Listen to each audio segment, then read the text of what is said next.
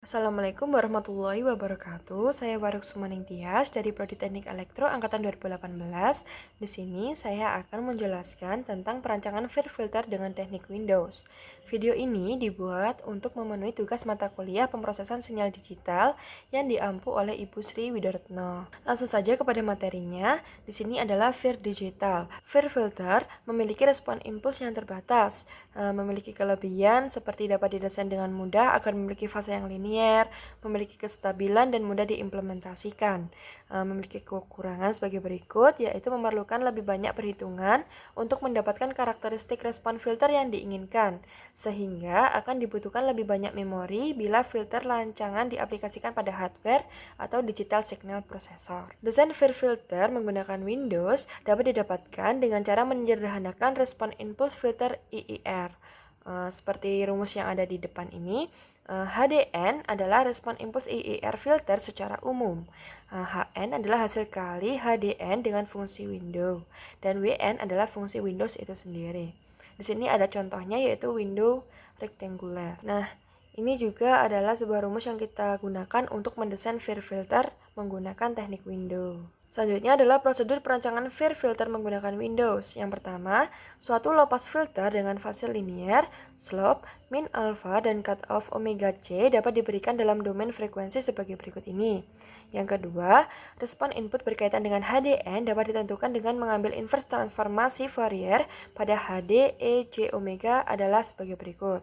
Yang ketiga, suatu filter FIR kausal dengan respon impuls HN dapat didapat sebagai berikut ini. Yang keempat, agar HN menjadi suatu linear pass filter, alpha harus dipilih sedemikian hingga menghasilkan HN yang simetris pada N sama dengan alpha. Yang terakhir adalah Windows simetris pada N sama dengan N-1/2 untuk menghasilkan linear pass filter yang simetris memerlukan alpha N-1/2.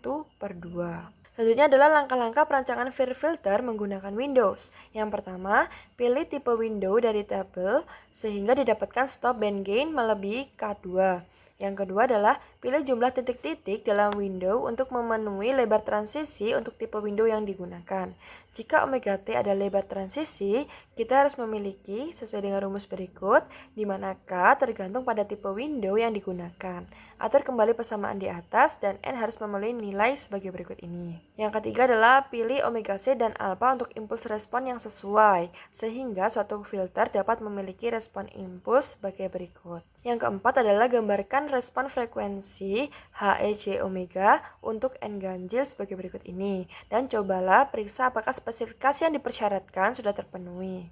Yang kelima, jika persyaratan atenuasi pada omega 1 tidak terpenuhi, atur omega C normalnya lebih besar dari iterasi pertama dan ulangi step 4 dengan nilai omega C yang baru. Yang keenam, jika persyaratan respon frekuensi terpenuhi, periksa lebih jauh untuk mereduksi nilai N sekecil mungkin. Jika reduksi N tidak bisa dilakukan, maka HN merupakan hasil perancangan. Jika memungkinkan mereduksi N, maka lakukan dan step 4 diulangi lagi. Nah, di sini ada note ya, yaitu jika filter digunakan dalam suatu struktur, set pada spesifikasi analog pertama harus dikonversi ke spesifikasi digital sebelum prosedur di atas dilakukan.